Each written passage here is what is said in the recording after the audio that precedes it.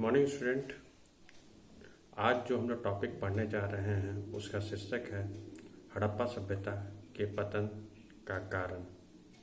जैसे कि हमें पता है कि हड़प्पा सभ्यता विश्व की प्राचीन सभ्यताओं में से एक थी। हड़प्पा सभ्यता भारतीय उपमहाद्वीप में प्रथम नगरीकृत व्यवस्था अथवा सभ्यता को भी दर्शाती है। हड़प्पा सभ्यता का फैलाव एक विस्तृत भूक्षेत्र में था, जो उत्तर में कश्मीर के मांडा से लेकर दक्षिण में महाराष्ट्र के दामदाबाद तक, वहीं पश्चिम में बलूचिस्तान के सुख्ता गैंडोर से लेकर पूर्व में उत्तर प्रदेश के मेरठ जिले के आलमगीरपुर तक था। यदि हम हड़प्पाई विभिन्न स्थलों को देखते हैं तो हमें यह बात भी पता चलती है कि विभिन्न हड़प्पाई स्थलों की भू आकृति, भौगोलिक संरचना व जलवायु स्थिति में भी अंतर है। अतः हड़प्पा सभ्यता के पतन का कोई एक कारण उत्तरदायी नहीं थे, बल्कि विभिन्न कारणों से विभिन्न स्थलों का पतन हुआ। यदि हमें हड़प्पा सभ्यता के पतन से पूर्व कुछ बातों पर भी ध्यान देना आवश्यक है। उसमें यह है कि विभिन्न हड़प्पाई स्थलों का पतन का कालक्रम में अंतर है। जैसे मोहनजोदड़ो का पतन लगभग 2000 ईस्वी पूर्व में हो चुका था, वहीं अन्य स्थलों का पतन 1800 ईस्वी में हुआ था। यदि हम विभिन्न स्थलों के स्वरूप को देखते हैं तो हमें यह देखने को मिलती है कि कुछ स्थल जैसे मोहनजोदड़ो व धोलावीरा में हमें विकसित चरण के साथ साथ पतन के चरण भी देखने को मिलते हैं। पतन के चरण में जो नगर निर्माण में सामग्रियों का उपयोग किया जाता था वह अत्यंत ही निम्न स्तर की होती थी। जैसे भवन निर्माण में पुराने ईंटों का प्रयोग किया जाता था, सड़कों का अतिक्रमण हो रहा था। दूसरा, मकान के बीच में जो गैप छोड़ा जाता था वह अब नहीं छोड़ा जा रहा था। और एक बात यह भी उभर के सामने आती है कि पतन के अंतिम चरण में हमें शिल्प तथा वाणिज्य व्यापार में भी गतिहीनता देखने को मिलती है। वहीं कुछ स्थल जैसे कालीबंगा व बनमाली में हमें यह देखने को मिलता है कि इन स्थलों का पतन यौवनावस्था मतलब विकसित अवस्था में ही हो चुका था। अब हम पतन के कारणों के संदर्भ में बात करते हैं तो पतन के विभिन्न कारण बताए गए हैं, जिनमें सबसे प्रचलित मत है बाह्य आक्रमण अथवा आर्य आक्रमण का सिद्धांत। इस सिद्धांत का प्रतिपादन गार्डनर, चाइल्ड व मॉर्टिमर व्हीलर महोदय ने किया था। आरंभ में मॉर्टिमर व्हीलर महोदय ने हड़प्पा सभ्यता के पतन के संदर्भ में विध्वंसात्मक शब्द का प्रयोग किया था, किंतु बाद में उन्होंने अपने मत में कुछ संशोधन किए तथा यह कहा कि यद्यपि हड़प्पा सभ्यता का पतन क्रमिक व दीर्घीकृत था, किंतु इसका अंत विध्वंसात्मक था। अपने मत के संदर्भ में उन्होंने पुरातात्विक व साहित्यिक साक्ष्य भी दिए हैं। पुरातात्विक साक्ष्य के रूप में उन्होंने मोहनजोदड़ो से प्राप्त 26 नरकंकाल, जिनमें पैने अस्त्र से घाव के निशान मिले हैं, तथा हड़प्पा नामक स्थल के एच कब्रिस्तान से प्राप्त एक ताबूत का भी उल्लेख किया है, जिसे उन्होंने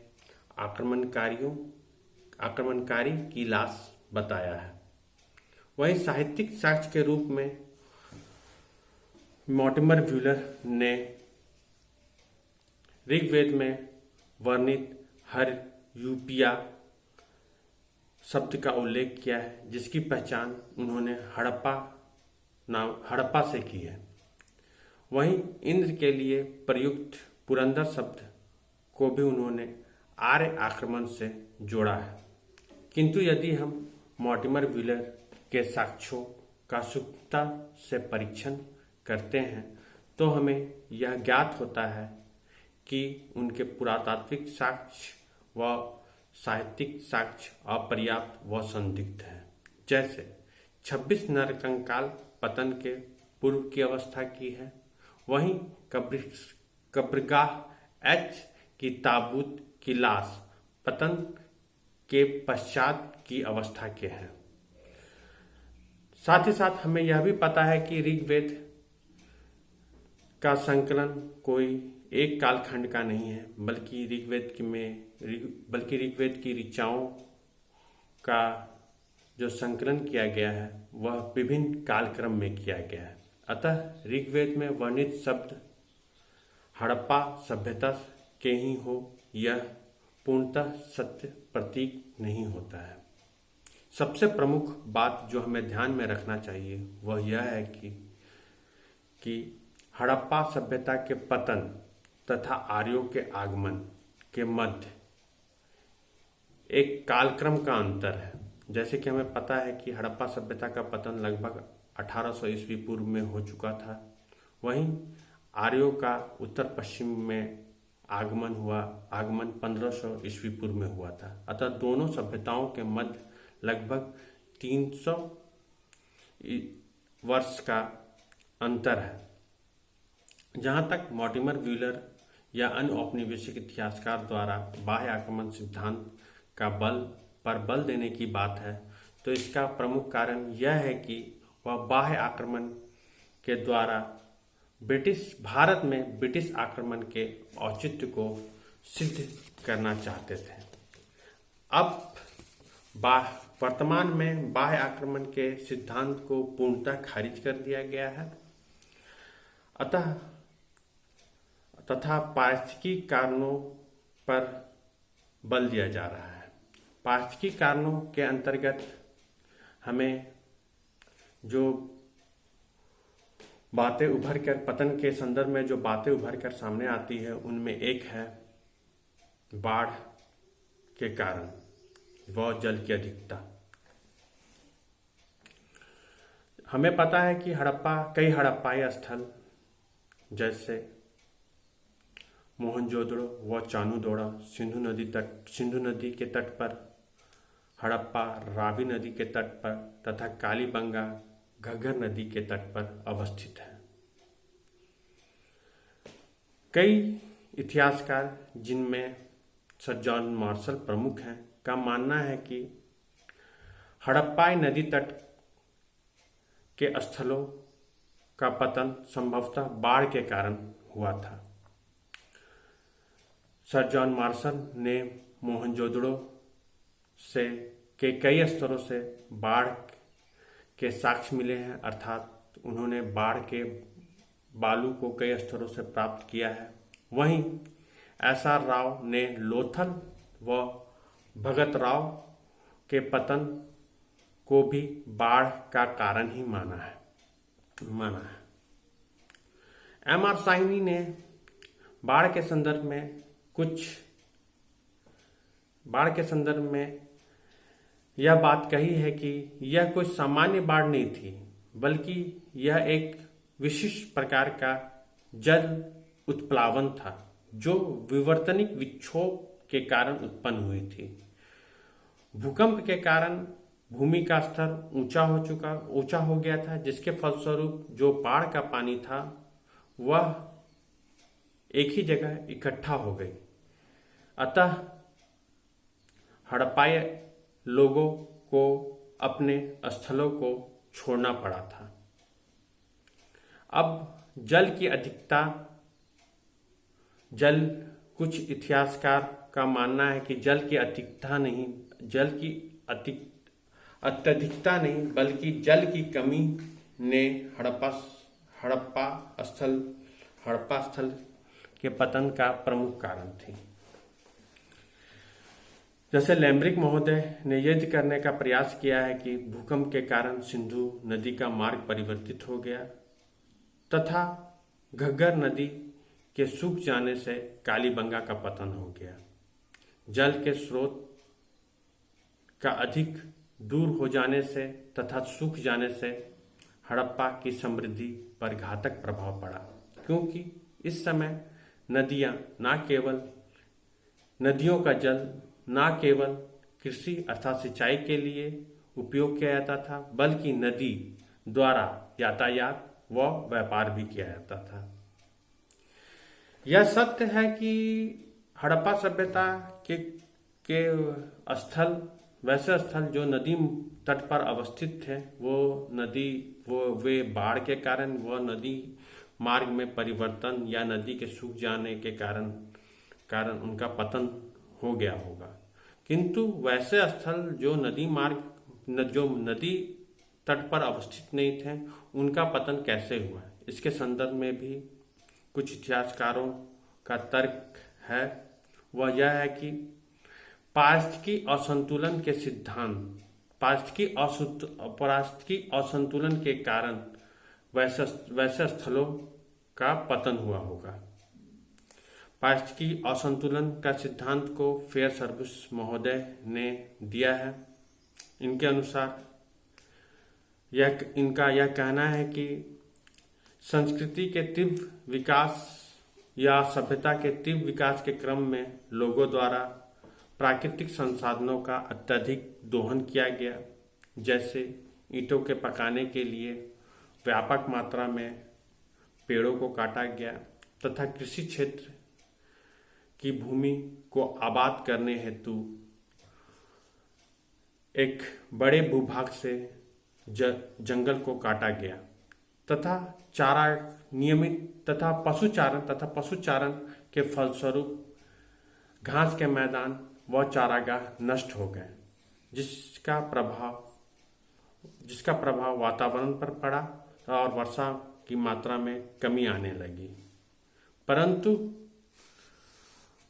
पारिस्थितिकी असंतुलन का सिद्धांत बहुत तर्कसंगत नहीं लगता है। इसका प्रमुख कारण यह है कि जो वर्तमान में जो जनसंख्या का दबाव था वह अत्यधिक नहीं था, क्योंकि हमें हड़प्पाई स्थल के बाहर जो कब्रगाह मिले हैं उनकी संख्या बहुत ही सीमित है। अब पतन के एक और कारण पर बल दिया जाता है, वह यह है बाह्य वाणिज्य तथा व्यापार में अवरोध उत्पन्न हो जाने के कारण हड़प्पाई स्थल का पतन हुआ।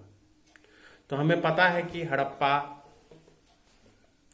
हड़प्पा सभ्यता का व्यापारिक संबंध बाह्य देशों से था, जिनमें मेसोपोटामिया, फारस की खाड़ी व मिस्र की सभ्यता प्रमुख थे।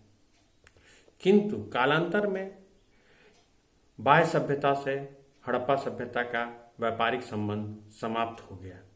मेसोपोटामिया में 1900 ईस्वी के पश्चात हमें मेहुला शब्द का मिलना बंद हो गया तथा हड़प्पाई मुहरें भी वहाँ से हमें नहीं मिलती हैं।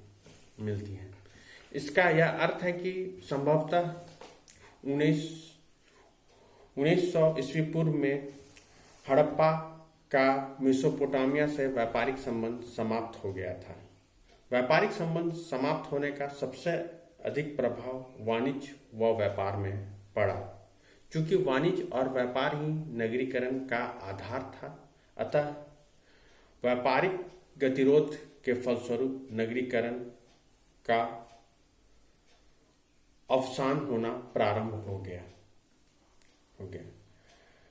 किंतु हमें यह भी मालूम रहना चाहिए कि हड़प्पा के पतन में केवल बाह्य वाणिज्य एवं व्यापार का पतन का अवरोध ही पतन का मुख्य कारण नहीं था, क्योंकि जहाँ तक आधुनिक सोच से पता चला है कि व्यापारिक जो बाह्य वाणिज्य व्यापार था उसमें व्यापारिक संतुलन हड़प्पाइयों के पक्ष में था। इसका अर्थ यह है कि हड़प्पा मुख्यतः कच्चे माल का आयात करते थे तथा तैयार माल का निर्यात करते थे तथा कच्चे माल के लिए वे विदेशों या बाह्य व्यापार पर ही पूर्णतः निर्भर नहीं थे, बल्कि वे भारतीय उपमहाद्वीप के विभिन्न क्षेत्रों से भी कच्चे माल प्राप्त करते थे। जैसे दक्षिण भारत से वे सोने प्राप्त करते थे, राजस्थान के खेतरी के खान से तांबा तथा गुजरात के काठियावाड़ क्षेत्र से सीप इत्यादि भी हड़प्पाई लोगों को प्राप्त हो जाता था। अब यह प्रश्न उभर कर सामने आता है कि हड़प्पाई सभ्यता के पतन का कारण क्या था। तो हमें यह ज्ञात होना चाहिए कि कोई भी सभ्यता एक सूक्ष्म संतुलन पर टिकी होती है। यदि वह संतुलन थोड़ा भी ऊपर नीचे होता है तो वह सभ्यता पतन की ओर अग्रसर हो जाती है। तो बाढ़, बाह्य आक्रमण, पारिस्थितिकी असंतुलन ने उस असंतुलन को, उस जो संतुलन था जिस पर हड़प्पा सभ्यता की नगरीय अवस्था टिकी हुई थी, उस पर एक प्रकार का गतिरोध उत्पन्न कर दिया, जिसके फलस्वरूप हड़प्पा सभ्यता का पतन आरंभ हो गया। पूर्व में हड़प्पा सभ्यता के पतन के संदर्भ में अंत शब्द का उपयोग किया जाता था, किंतु वर्तमान में अंत शब्द का प्रयोग ना के बराबर किया जा रहा है, बल्कि हड़प्पा सभ्यता का पतन ना करके उसका रूप परिवर्तन कहना अधिक उचित होगा, क्योंकि हड़प्पा सभ्यता के नगरीकरण का हड़प्पा सभ्यता के पतन के साथ केवल उसके नगरीकरण का पतन हुआ था, ना कि संपूर्ण नगरीय विशेषताओं का पतन हो चुका था। क्योंकि हमें यह ज्ञात होता है कि उत्तर हड़प्पाई संस्कृति जिनमें सिंध के झुखर संस्कृति,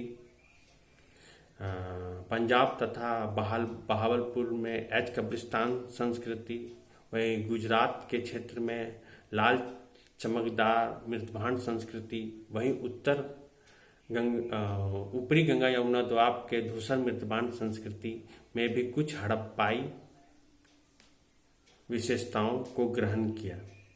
इसका अर्थ यह है कि हड़प्पा के नगरीकरण का पतन हुआ तथा वह रूप परिवर्तन के साथ अन्य ग्रामीण या क्षेत्रीय संस्कृति में विद्यमान रही, जो बाद के काल अर्थात 6ठी शताब्दी ईस्वी पूर्व 6ठी शताब्दी में जो नगरीकरण का उदय हुआ था, उनमें उन विशेषताओं को लिया गया तथा पुनः भारत में द्वितीय नगरीकरण की शुरुआत हुई।